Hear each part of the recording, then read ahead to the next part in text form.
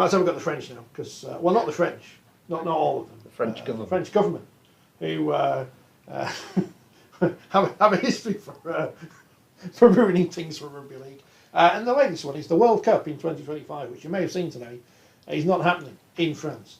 Steve Mascall's been reporting on this for months, it seems, and Johnny Davidson as well, and now it comes to pass that the French government aren't going to fund the World Cup as our wonderful government did for the last one here, and now the World Cup's in limbo. Well, it's in Australia because they won it. But... Well, there's a board meeting of the IRL on Wednesday, after which there'll be a press conference, which I think will outline what options there are. You'd have to say that, knowing the sport as we do, there is only really one. It can't be in the Northern Hemisphere anywhere other than France, which it now isn't going to be, because we won't get the funding to have it here again 3 years after we last had it. And there's a moral case for saying, nor should we. So then it will put some pressure on the Australian Rugby League Commission to decide whether they financially want to support a World Cup. And you'd say that the probably best way of mitigating that would be that if there were several partners, so you could see a Pacific element to it, which might actually be a real boost to the game in that area. If there were some games in Samoa or Tonga or Fiji or PNG, they've got to have the stadiums that are big enough. So that is a concern, because although they have some nice stadiums, whether they would be big enough to host World Cup games. There's also a broadcasting element. How easy again is it to get pictures back from those places? I think New Zealand economically would quite like to be involved.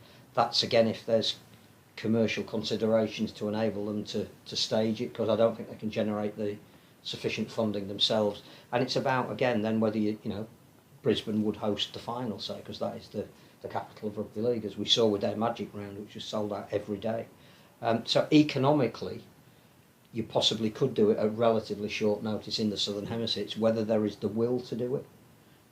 If it's not, I guess the only other option is to knock it back a year. We did have a short window from what should have been 21 but became 22 to 25. We could now say, well, because we had it in 22, it becomes 26, which gives another year for But the Southern what impact Hemisphere. does that have on the 10-year calendar that we haven't had? No, what it has an impact on is the finances of the International Rugby League, because the World Cup is virtually their only income generator. So obviously if they are then renewing their budgets to say it'll be another year before we get income in that we thought was coming, it's a massive issue. I think looking at the French element of it, first of all, my only criticism would be we seemed to announce something before we had anything signed and in writing that looked overly ambitious in the first place.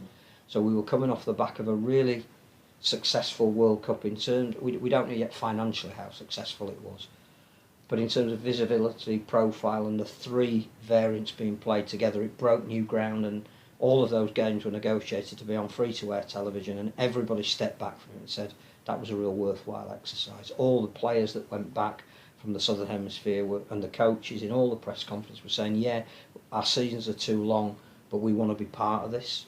Don't deny us the opportunity for the Samoans getting to a final was massive for the nation.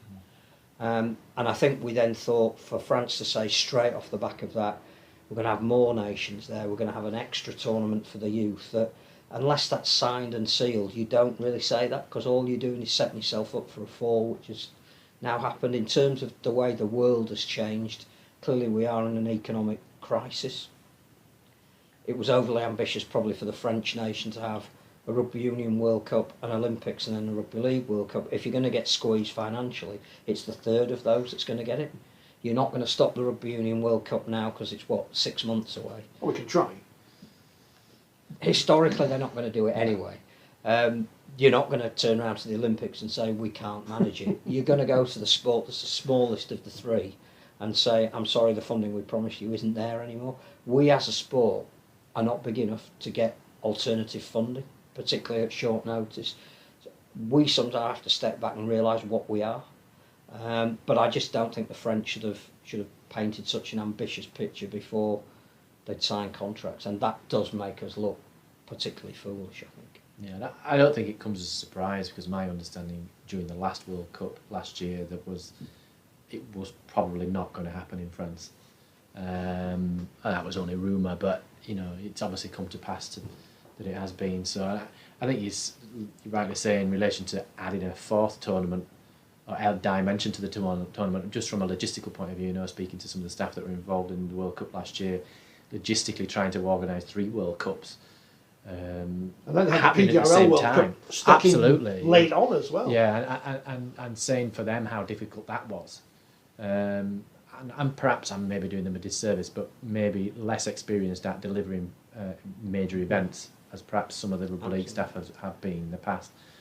Then I think some of the World Cup staff from here last year were sort of surprised that France were prepared to take it to an extra World Cup. So, yeah, one would imagine it can only be down under, can't it, of some description. But the last World Cup down under, I think if I'm right, it was played across 5 different time zones. So there are challenges by spreading it to multiple nations with flights and time zones and all the logistical things that come with it.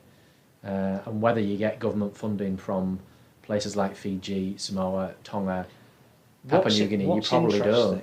Is there clearly is a move behind the scenes economically to promote PNG as an NRL 18th team, and that's not coming off the back of a rugby league related reason. That's because there is money being put into that region, particularly from China, that they want to harness, and there would be a logistical reason for making sure that the Pacific Rim remains a rugby league centric area. So there might be some funding that we've not tapped into before, if there is the infrastructure. My concern as well was that there was immediate talk of increasing the number of nations in the women's and the wheelchair from 8 to 16. And 8 at the time seemed the limit of what we could do. And if you were having qualifying because there were more nations, that only enhances being at a World Cup.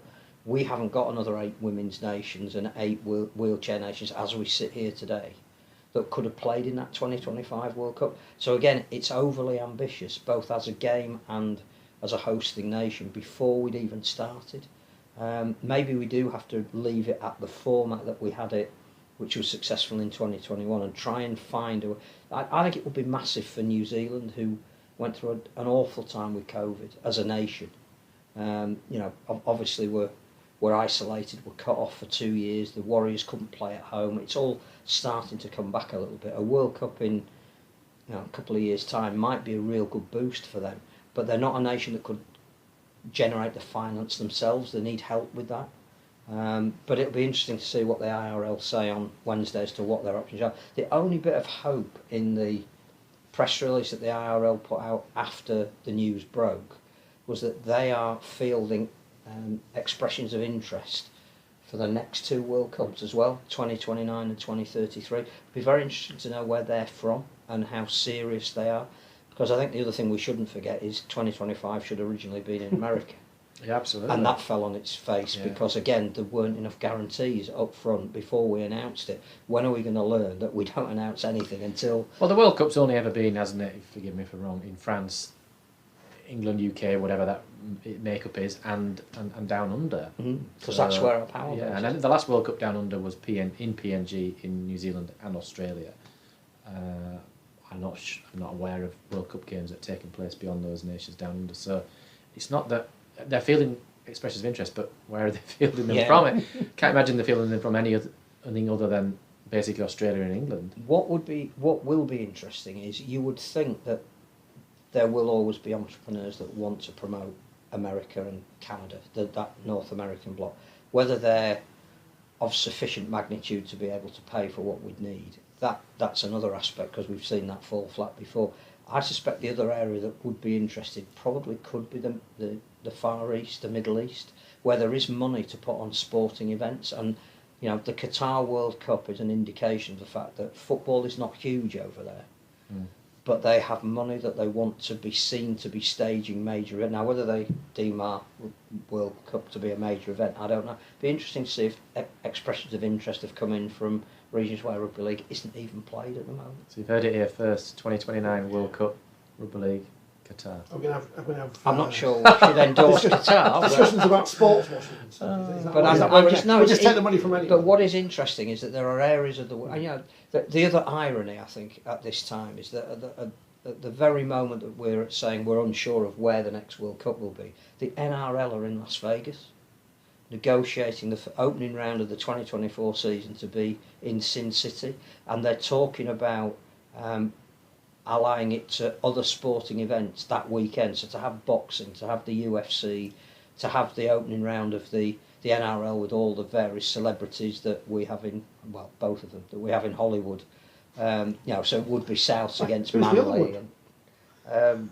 And, you're asking me film style names, I don't know. Who's the guy who's the number one season to go? Oh, you Manly. mean Hugh Jackman? Yeah. Hugh Jackman. So Manly against South Sydney, so that you can get the various celebrities. So all of that, we're taking club games to America at the same time as we can't stage a World Cup.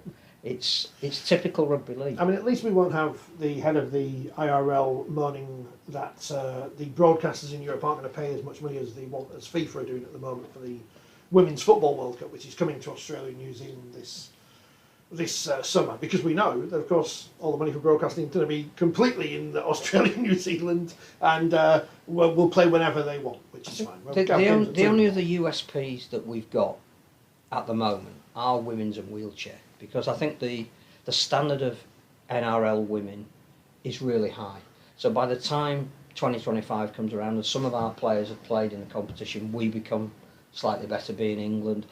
New Zealand, obviously, most of their top players play in that competition. So that the group game between Australia and New Zealand, not the final, was as good a game of women's rugby league as you could see. Not everybody likes women's rugby league, but there is a huge market for it, both in terms of broadcasting and sponsorship. And wheelchair, you know, I know we're all devotees of wheelchair and bang on about it endlessly, but that is a USP. The horrible rugby union version of Murder Ball that was on Channel 4 the other week, it isn't seen to be. It doesn't look like rugby No, union, exactly. and that's rubbish. So I reckon that those two bolted on to a men's World Cup do actually give us something in terms of commercial potential. And you're talking about in the Southern Hemisphere where the women's is big and high profile, the wheelchair's only just starting. It could.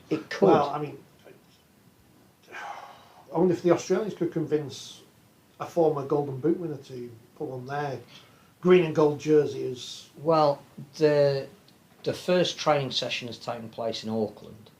I think it was last weekend or the weekend before, which has been held, I think, under the auspices of New Zealand Warriors. But they're trying to get people like Tuera Nikau involved, who clearly is eligible as a disabled player. But if he got involved, and there are other players, he's doing a documentary series at the moment about getting some older New Zealand players fit to play against a veteran Australian team. But there are people involved in that, like Shantae Harper, who had to give up because of concussion-related problems, who could play wheelchair. Now, again, if we're saying there's a chance of the World Cup being over there in 2 or 3 years, and those people could be involved in promoting wheelchair rugby league and maybe playing for New Zealand, there would be a groundswell of public support for that. So it's not the end of the world, but it is on the back of the positives of this week. Yeah, I mean, kicking the guts. Again, going back to where World Cups have previously been held, it would ordinarily be the turn of Down Under to host it. I appreciate it's short notice now, but...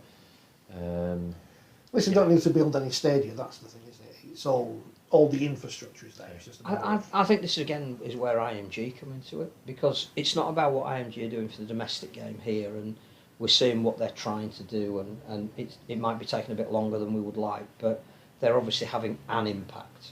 They're not going to stop over the next 10 years that are left of their agreement. But the one thing they do have is television right negotiation, and they do have some of that in the Southern Hemisphere. Now, if they can be involved and can pull off a couple of television deals, then suddenly the pressure's off and it's easier to arrange. But again, sat in a studio here 12,000 miles away, that's a very easy thing to say, isn't it?